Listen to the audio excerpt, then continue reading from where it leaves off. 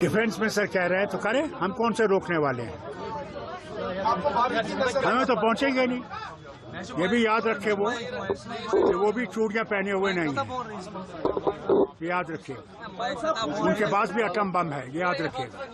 और अफसोस यह है कि वो एटम बम हमारे ऊपर ही गिरे। ये पाकिस्तान परस्ती वाली बात कहने की क्या जरूरत है? फारूक अब्दुल्ला साहब वही लीडर हैं जिन्होंने 90s के दशक में खुद अपने सामने अपने पॉलिटिकल वर्कर्स को मरते हुए देखा। फारूक अब्दुल्ला साहब के समय पे ही कश्मीरी पंडितों के साथ क्या कत्लेआम हुआ था, ये बताने की जरूरत नहीं। आप कहते हैं फारूक अब्दुल्ला ने कश्मीर में शांति के लिए काम किया। पिछले 3 दशक में 70,830 आतंकवादी घटनाएं हुई। 70,000। आप कहते हो आपने कश्मीरियों के लिए काम किया। 35,000 तो जम्मू कश्मीर पुलिस के जवान शहीद हो गए। क्या किया फारूक अब्दुल्ला ने?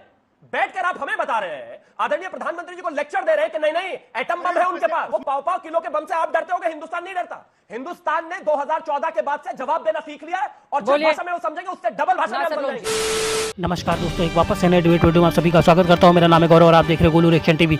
दोस्तों, जैसा कि आप लोगों ने क्लिप देखा है, कश्मीर का जो नेता है फारूक अब्दुल्ला, ये बोल रहा है कि पाकिस्तान के पास भी परमाणु बम है, उन्होंने चूड़ियां नहीं पहन रखी। सीधा सीधा भारत को धमकी दे रहा है और पाकिस्तान की भाषा बोलता हुआ नजर आ रहा है। साथ ही साथ कांग्रेस पार्टी के नेता है जो मुंबई में, उन्होंने बोला है कि जो मुंबई अटैक हुआ था उसमें जो हेमंत करकरे जो मुंबई के पुलिस अधिकारी थे, उनकी जो मौत है कसाब से नहीं बल्कि आरएसएस के जो है एक जो पुलिस वाले थे उनके द्वारा हुई थी। दोस्तों, ये लोग जो है पाकिस्तान की भाषा क्यों बोल रहे हैं, आज डिबेट में आपको देखने को मिलेगा। और डिबेट में शिवम त्यागी ने इनके जो प्रवक्ता है उनको बहुत अच्छे से आज धोया है। तो चलिए दोस्तों, डिबेट शुरू कर लेते हैं। चैनल पर पहली बार है, चैनल को सब्सक्राइब जरूर करिएगा दोस्तों। वीडियो को लाइक और शेयर अवश्य करें। चलिए वीडियो को चलते हैं। सैफुद्दीन सोद साहब, आपके पास आते हुए, कांग्रेस पार्टी के आप बड़े लीडर हैं, आपकी पूरा सम्मान रखते हुए, शर्म नहीं आती है क्या ऐसे नेताओं को? हेमंत करकरे की शहादत कब हुई? 2008 में आपकी सरकार थी। 2009 में जांच करवा लेते, 10 में करवा लेते, 11 में करवा लेते, 12, 13, 14 तक तो आपकी सरकार थी। अब चुनाव नजदीक है तो आप हेमंत करकरे की शहादत को लेकर इस तरह के बयान देंगे जो पाकिस्तान को सूट करता हो। अब पाकिस्तान कहेगा कि देखिए भैया, हमारे कसाब ने तो जान नहीं ली थी हेमंत करकरे की, उन्हीं के वहां के लोग थे। अगर सवाल हिम्मत करकरे साहब की बात है तो वो तो मैं महाराष्ट्र के बारे में नहीं जानता। वो आप मुझे पूछिए ऐसी चीज जिसका मैं जवाब दे सकूं। आपके सवाल पर मुनहसर क्या कहना चाहते हैं? अभी जो बोल रहे थे बीजेपी के, वो तो एक्सट्रीम बात बोल रहे थे। फारूक अब्दुल्ला की नुक्ताचीनी कर रहे थे।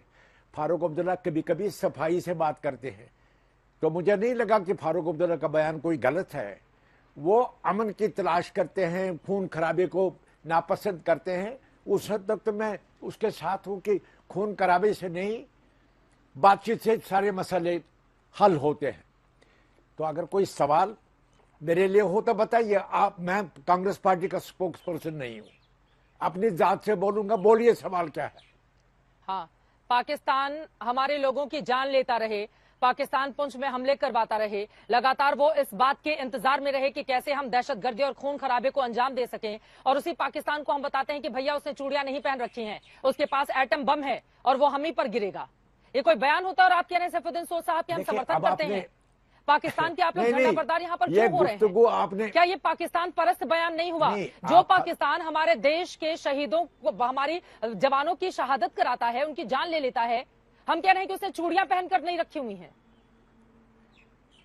नहीं, सुनिए, मैं तो हिंदुस्तानी हूं। आप मुल्क की बात कीजिए, मैं हिमायत करूंगा। अपने सरकार के फैसले हैं उन पर बात करूंगा। लेकिन इस वक्त आप फारूक अब्दुल्ला पर नाराज हो रहे हैं, वो तो उन्हीं को बताइए, सवाल का जवाब दे देंगे। मुझे नहीं पता कि फारूक साहब ने क्या बयान दिया। कभी कभी वो दिल की बात कहते हैं, तो आप डायरेक्टली उनको पूछिए, वो जवाब दे देंगे। मुझे मुल्क के बारे में पूछेंगे, मैं अपने मुल्क की बात करूंगा। जी, सीधे आपके पास आते हुए, ये चुनाव के दरमियान पाकिस्तान परस्ती दिखाने की क्या जरूरत है? पाकिस्तान ने चूड़ियां नहीं पहन रखी हैं, उसके पास एटम बम है, एटम बम हम पर गिरेगा। सर, इस तरह का बयान सूट करता है क्या आप लोगों को?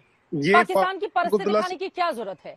और श्रीनगर में, जम्मू कश्मीर में जिस तरह की शांति है, 370 हटने के बाद मैं 3 दिन पहले वहीं पर थी श्रीनगर में, रात के 11 बजे तक लोग लाल चौक पर आराम से घूम रहे हैं, वहां पर शॉपिंग कर रहे हैं, अलग अलग हिस्सों में घूम रहे हैं। ये चीजें बर्दाश्त नहीं हो रही हैं क्या? ये चीज तो पाकिस्तान को पसंद नहीं है। ये पाकिस्तान परस्ती वाली बात कहने की क्या जरूरत है नासिर लोन जी?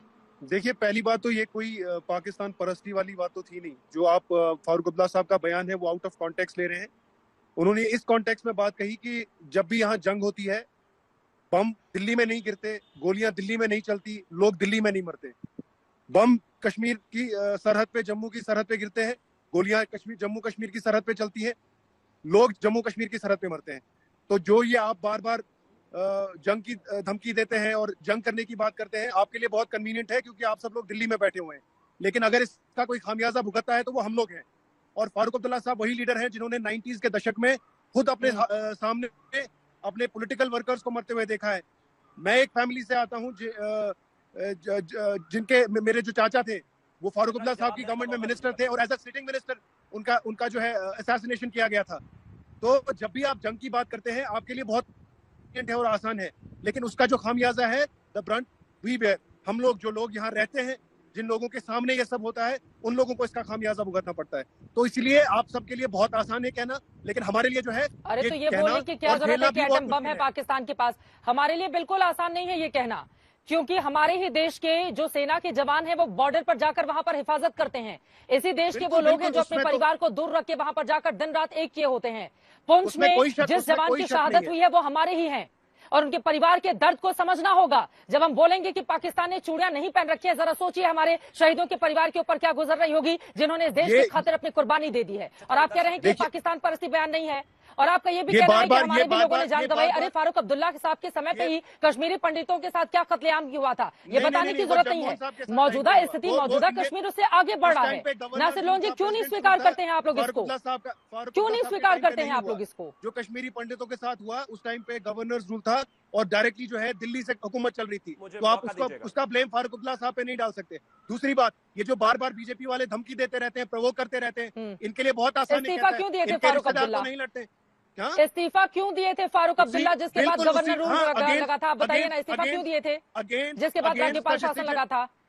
क्योंकि आप लोगों ने जगमोहन को भेजा यहाँ, जो जगमोहन यहाँ पे तबाही करके गया था 83 में। फारूक साहब की जो चुनी हुई सरकार थी उसको गिरा के, यही तो बात है ना, जो बातें सूट करती हैं फिर आप वही बोलोगे जो बातें सूट नहीं करती हैं। ऐसी सरकार को प्लेस कर दिया जिनके पास मेजोरिटी भी नहीं। त्यागी जी, उन्होंने बहुत सारे आरोप लगाए हैं आपके ऊपर। सबसे पहले तो मैं एक चीज, हाँ, उन सब का जवाब सब लिख लिए मैंने। सबसे पहले तो ये कि जो नेशनल कॉन्फ्रेंस यानी कि फारूक अब्दुल्ला के प्रवक्ता है नासिर लोन, वो अपने इस अमन की आशा के तमाशा को रोल बनाए, जेब में रखे और घर जाए। जो डेटा है वो आपको सपोर्ट नहीं करता। आप कहते हैं फारूक अब्दुल्ला ने कश्मीर में शांति के लिए काम किया।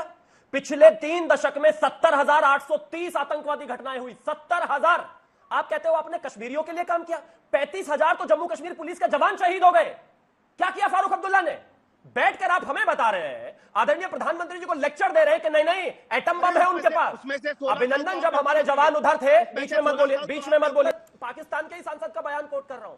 अयाज सादिक वहां के सांसद हैं, उन्होंने असेंबली में खड़े होकर कहा कि जब हमारे अभिनंदन उधर थे तो वहां का जो सेना का जनरल था उसके पैर कांप रहे थे। वो भागता हुआ विदेश मंत्री के सामने आया और कहा उसने कि 9 बजे तक अगर हमने अभिनंदन को रिहा नहीं किया तो भारत हमला कर देगा। सुनिए, आतंकवादी जो हमारी सेना में आएगा ऐसे ही घुस के मारेंगे और 2.5 फीट गाड़ देंगे। आपको जितना दर्द होता है होता रहे। और अब आ जाइए हमारे कामों पर। इस देश में पुणे के एक प्रफुल्ल शारदा नाम के व्यक्ति हैं जिन्होंने आरटीआई लगाई। यूपीए के 10 साल में 9,320 घटनाएं हुई आतंकवाद की, और भारतीय जनता पार्टी आदरणीय प्रधानमंत्री जी के समय में 8.5 साल में 2,132। आप ऐसे बचा रहे थे कश्मीर को। कश्मीर, और एक और चीज उन्होंने कही कि दिल्ली के लोगों को कुछ पता नहीं चलता, बम एटम बम हमारे ऊपर ही गिरता है कश्मीर पे। दिल्ली और कश्मीर को अलग मत करिए, दिल्ली का मुकुट है कश्मीर। और एक और चीज, जब कबायली आए थे तो यही दिल्ली था जो कश्मीर को अपने साथ लेकर रखा और उन लोगों को भगाया। हमें मत बताइए, इस देश को बांटिए मत। और अंत में एक और चीज कहना चाहता हूं, चाहे वो क्लाइव और सिराजुद्दौला की लड़ाई हो जिसमें मीर जाफर ने धोखा दिया था, और चाहे आज का हिंदुस्तान हारा ही अपने मीर जाफरों की वजह से है। ये पाकिस्तान की भाषा पाकिस्तानियों को सूट करती है। हिंदुस्तान में बैठकर हमें मत डराइए। उस व्यक्ति को डरा रहे हैं जिसके पीछे 140 करोड़ लोग खड़े हुए हैं। उस आदरणीय प्रधानमंत्री श्री नरेंद्र मोदी जी को डरा रहे हैं आपके, उसके पास बम है। वो पाव किलो के बम से आप डरते होगे, हिंदुस्तान नहीं डरता। हिंदुस्तान ने 2014 के बाद से जवाब देना सीख लिया है, और जिस भाषा में वो समझेंगे उससे डबल भाषा में हम समझेंगे। आपको आतंकवादियों से डर है, आप डरिए, सरकार नहीं डरती और न सेना डरती। पहली बात ये, जब यहाँ 90s में मिलिटेंसी हुई, ठीक है, इंसर्जेंसी हुई, कोई तैयार नहीं था यहाँ पे इलेक्शन लड़ने के लिए, इलेक्शन करवाने के लिए। यही फारूक अब्दुल्ला साहब थे जो आए, लोगों के पास गए, ऐसा डर का माहौल था, इन्होंने यहाँ इलेक्शन करवाई, डेमोक्रेसी बाहर करवाई। ये बात करते हैं 30 साल की, 30 में से 16 साल तो डायरेक्ट दिल्ली ने राज किया है। आप पिछले 10 साल से राज कर रहे हैं। क्यों हुआ पुलवामा अटैक? क्यों हुए हमारे पुलवामा के जो जवान शहीद? क्यों हुए पुलवामा के जवान शहीद? आप 10 साल से हुकूमत कर रहे थे। 2014 से आपकी सरकार थी, आपकी सरकार की थी, आपकी सरकार की। क्यों हुए वो शहीद? इस सरकार को ये डर मत दिखाओ। बांटते आप हैं, बांटते आप हैं, बांटते आप हैं। हमने हिंदुस्तान डरता नहीं है किसी से। हमने हम हिंदुस्तान घर में घुस के मारना जानते अपनाया हैं। है। क्या आपकी तरह एटम बम बांटते आप हैं, किलो के एटम आप बम कभी से हमें कश्मीर को डराओगे? हिंदुस्तान का पार्ट नहीं हमें मानते। डराओगे? आप सिर्फ राजनीति करते हैं जम्मू कश्मीर के नाम पे। कांग्रेस नहीं है ये भाई। मैं डरा नहीं रहा हूँ। ये कांग्रेस नहीं है। अब आप मुझे बोलने नहीं दे रहे। अब आप बीच में मुंबई में आके मार के जाओगे तो जवाब नहीं देंगे। घर में घुस के मारेंगे वहीं पर। संगीत जी, सबसे पहले आपके पास आते हुए, अब इसी मुद्दे पर चुनाव होगा क्या, या मौजूदा अगर उनकी ओर से इस तरह का बयान दे दिया गया है तो इसको इतना बड़ा मुद्दा बनाकर, अब पाकिस्तान भी तो आप लोगों को बड़ा सूट करता है ना, वो अगर कोई नेता लेकर आ गया तो उसको लंबे समय तक खींचते रहो ताकि उसका फायदा बीजेपी को मिल जाए चुनावी ट्रैक पर। देखिए चित्रा जी, चीन, पाकिस्तान, राहुल गांधी, फारूक अब्दुल्ला सब मोदी को हटाना चाहते हैं। अब ये देश को तय करना है कि देश की जनता को तय करना है कि पाकिस्तान परस्त पार्टियों के साथ खड़े हो या नरेंद्र मोदी के साथ खड़े हो। ये देश की जनता तय कर लेगी। दूसरी बात, शेख अब्दुल्ला जो है इंस्ट्रूमेंट ऑफ एक्सेशन साइन होने के बावजूद भी किंतु परंतु कर रहे थे। यही कारण है कि 1953 में जो है जवाहरलाल नेहरू, जो उनके बड़े पारिवारिक मित्र हुआ करते थे, उनको जेल में डालना पड़ा। और जेल में ठूंसा ही नहीं, 1971 के बाद जाकर के वो बाहर निकल करके आए। तीसरी बात, राहुल गांधी और फारूक अब्दुल्ला में एक बहुत बड़ी समानता है। दोनों जब क्राइसिस होते हैं तो विदेश भाग जाया करते हैं। फारूक अब्दुल्ला जिस समय घाटी के अंदर आतंकवाद था, वो जींस पहन करके लंदन घूम रहे थे, वो लंदन में भागे हुए थे। जो अभी बंधु कह रहे हैं कि वो तो जगमोहन के खिलाफ होने के कारण चले गए थे। अरे नहीं भाई, वो कायर आदमी है। वो जब क्राइसिस था कश्मीर के अंदर तक, जब आपको लड़ना चाहिए था आतंकवादियों के खिलाफ, सड़कों पर आकर के आना चाहिए था, 4.5 लाख कश्मीरी पंडित भगा दिए गए, तब आपकी एक जुबान नहीं निकली। आप उन पंडितों के लिए लड़े नहीं। कौन सा सेकुलरिज्म की आप बात करते हैं? कौन से अमरनाथ श्राइन बोर्ड को जमीन दिया गया? सारे विरोध में आकर के खड़े हो गए। अमरनाथ वहां पर टाउनशिप बसाने की बात की गई, सारे विरोध में खड़े आ गए। ये पाकिस्तान परस्ती अब नहीं चलेगी फारूक अब्दुल्ला। ये देश जान चुका है और आपकी राजनीतिक औकात अब इतनी बच रह गई है कि अब आप कश्मीर से भी आप बाहर कर दिए जाए। खत्म, bye bye, tata, good bye, गया। तो दोस्तों डिबेट समाप्त हो चुकी है और अगर यहाँ तक आप लोगों ने वीडियो देख लिया तो आप सभी से रिक्वेस्ट है कि चैनल को सब्सक्राइब जरूर करें, साथ ही साथ बेल वाले आइकन को प्रेस करके ऑल पे क्लिक कर लीजिएगा, जैसे जब भी हमारा वीडियो अपलोड होगा उसकी नोटिफिकेशन आपके पास आ जाएगी। तो चलिए वीडियो की बात कर लेते हैं। दोस्तों आप लोगों ने वीडियो में देखा किस तरह से कांग्रेस पार्टी का जो नेता सैफुद्दीन सोच करके है, ये बोल रहा है कि वो अपने दिल की बात बोल रहे हैं। जो फारूक अब्दुल्ला ने जो बयान दिया है वो अपने दिल की बात बोल रहे हैं और फारूक अब्दुल्ला हमेशा सही बोलते हैं। मतलब ये लोग जो है जो फारूक अब्दुल्ला के बयान को सही मतलब साबित करने पे लगे हुए हैं। वहीं नासिर लोन जो प्रवक्ता है जो उनकी पार्टी का, वो बोल रहा है कि जो कश्मीरी पंडितों का जो हुआ था नरसंहार, उस समय उसको जो है ये मतलब ये लोग इन लोगों ने करवाया था, जो उस समय जो राज्यपाल थे उनकी वजह से हुआ था। और दोस्तों आज की डिबेट आपको कैसी लगी कमेंट करके जरूर बताइएगा। शिवम त्यागी ने आज बहुत अच्छे से इन लोगों को एक्सपोज किया है। दोस्तों वीडियो को शेयर कर दीजिएगा और इसी तरह के वीडियो आपको हमारे चैनल पर आगे भी देखने को मिलते रहेंगे। तो इस वीडियो को करते हैं समाप्त, मिलते हैं आपको किसी और वीडियो में, तब तक के लिए जय श्री राम।